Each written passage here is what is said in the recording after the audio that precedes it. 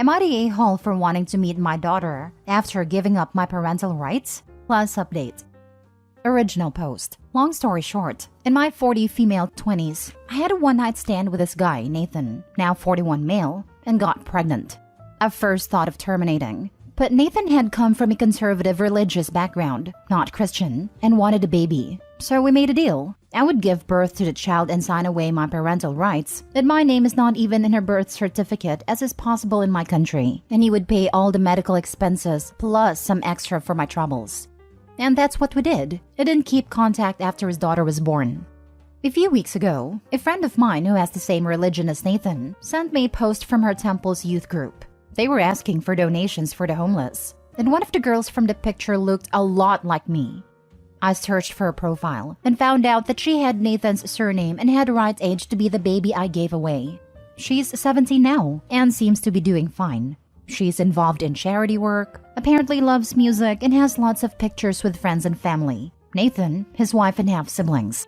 I never wanted nor want to be a mother, but I became curious to know more about this human I put in the world. So I texted Nathan's old phone number, which he has not changed, and asked if he would allow me to meet his daughter, since I gave birth to her and everything. It made my intentions clear, that I do not want to interfere with his family, just to know her.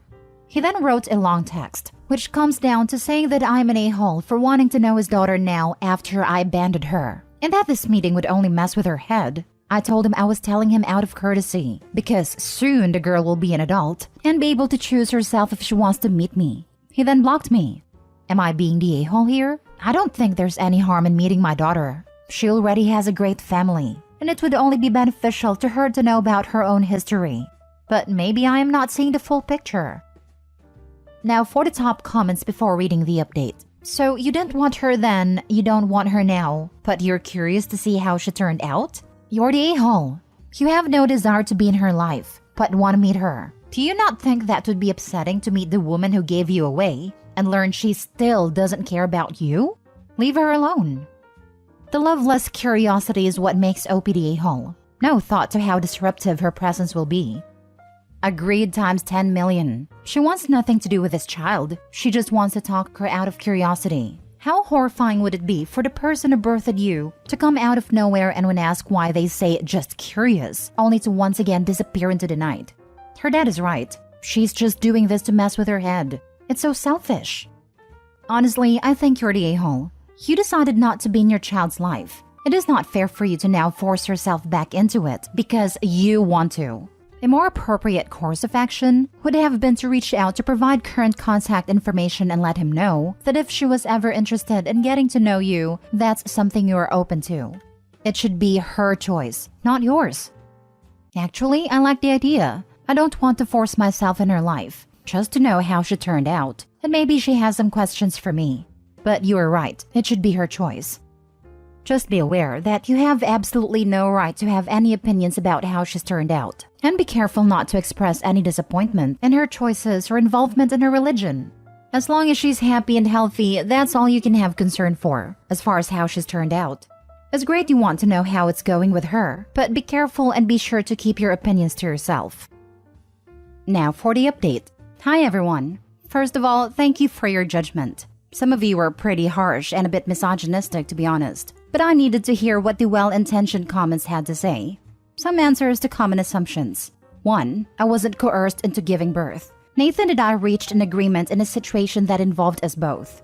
I'll admit that I was young, didn't know what pregnancy was really like, and needed the money, which I'm not proud of, but hey, y'all are gonna judge me anyway.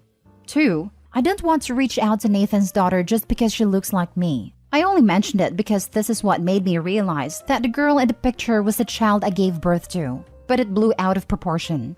3. I don't know why some people assumed Nathan is Christian, but why they were judging him for being religious. He is Jewish and I'm agnostic myself, but don't think it's a problem for him to have a strong bond with his religion. The one-night stand happened when we were very young and I don't know what his views are about that, but it doesn't matter. His daughter apparently is very attached to their community and it's important to her. Also, I might have used the word temple wrong, but I'm not Jewish myself. 4. When I said I don't want to be a mother, I didn't mean I didn't want a relationship with Nathan's daughter. I am not her mother, since I didn't raise and don't want to take this place from the person who truly did, his wife. I also chose not to have children of my own. So after reading their comments, I came to a better understanding of what my role is in this situation and decided to reach out to his wife through social media to try to make amends. She was very understanding and explained to me that Nathan had a couple of tough years being a single dad before meeting her, and me coming back like that made it seem, as some of you pointed out, that I wanted to skip the hard parts and become a parent out of nowhere, which was never my intention. They told their daughter that her birth mother had to go back to her home country and couldn't take care of her, which was kind. The wife is going to talk to Nathan to leave the door open if their daughter wants to meet me when she's older. But I gave her all my contact information for when and if the time comes. I'll admit I was being a bit selfish here, so that is the best thing I could hope for. Thank you again. It's a tough one, because I understand changing your mind and wanting to know your child. But the father is right that this could create a lot of issues for the daughter. Considering OP1 didn't even know what they told the girl about her birth mother. Did she even know her father's wife wasn't her birth mother?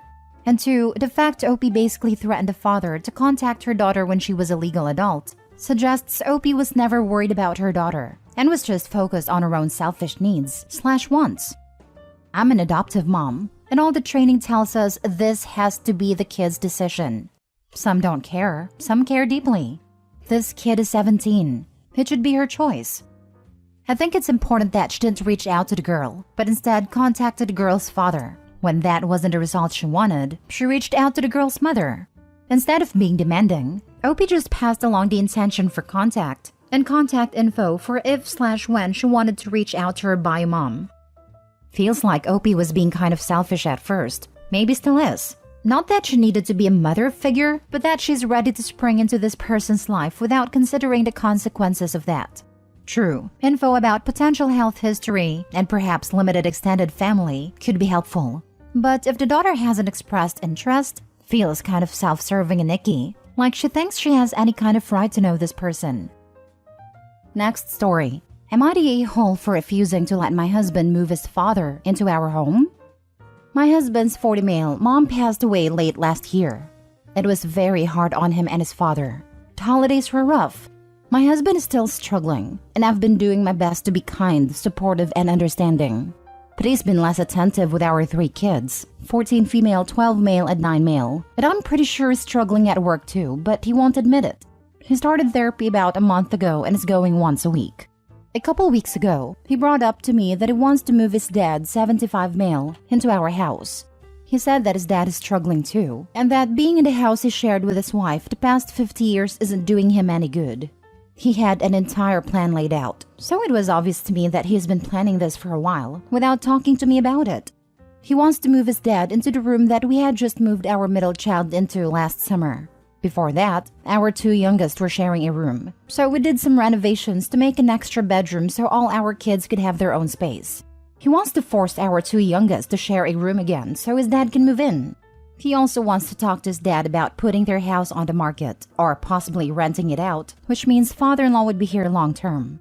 After he laid out his plan, he asked me what I thought, and I told him my immediate reaction is no. I told him that barely any time has passed since his mom's death, and it's too soon to make such drastic changes in everyone's lives. I told him his dad will get better with time, and we all just need to take a step back and not rush into any decisions. He was not happy with my response and kept asking for specific reasons other than not enough time has passed. I suggested that we look into different housing options for his dad if he's uncomfortable in his home, which I get. His dad has enough money saved to afford a good retirement home or a smaller condo which would allow everyone to still have their own space. He didn't like that idea either because it would mean his dad is still living alone. I'll admit, there are reasons I didn't tell him.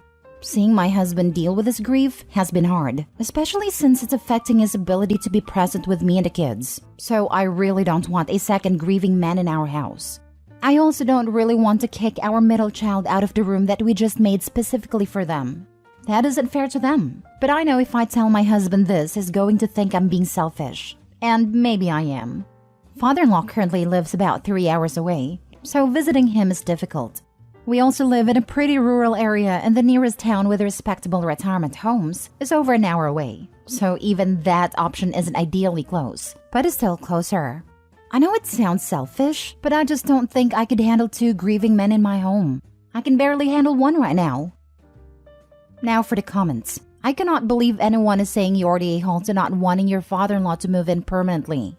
We don't even know he would want that. Living with someone, never mind pushing your kids back into sharing a room indefinitely, is a big deal.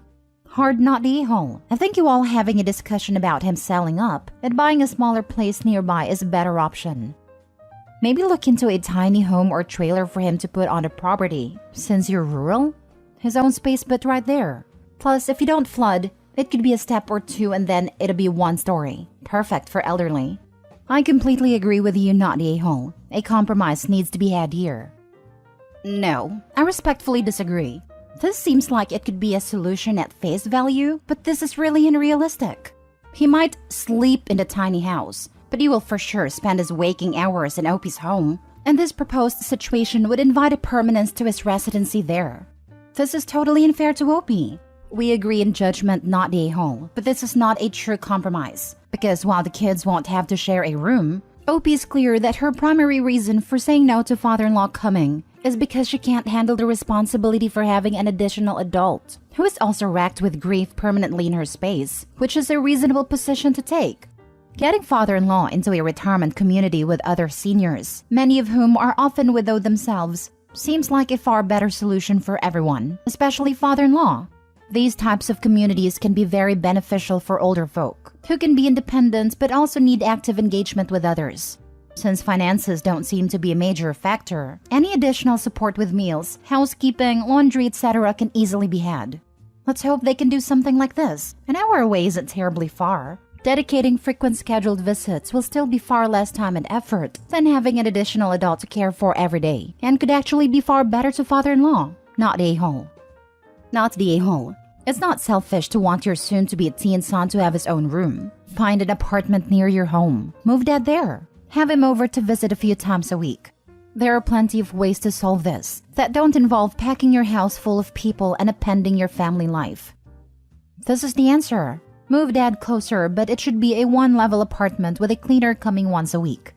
Opie is already dealing with a lot. Handling 3 kids and a struggling husband is no small feat. Given my experience with older boomer men, I am guessing that the workload of having him there will fall on Opie too. Extra laundry, cleaning, and another mouth to feed. Not the a-hole. The house belongs to you too, and it is the boys' home. It's definitely not fair to the kids to give away their space and make them share a bathroom with an old man, even if he is their grandfather, without their input. My father-in-law died 2.5 years ago, and my mother-in-law spent about 5 to 6 months of that time visiting us in our house. She sold the house she bought in 2021 and is with us again temporarily. It's not easy. It has nothing to do with grief, and we are empty nesters with a spare bedroom.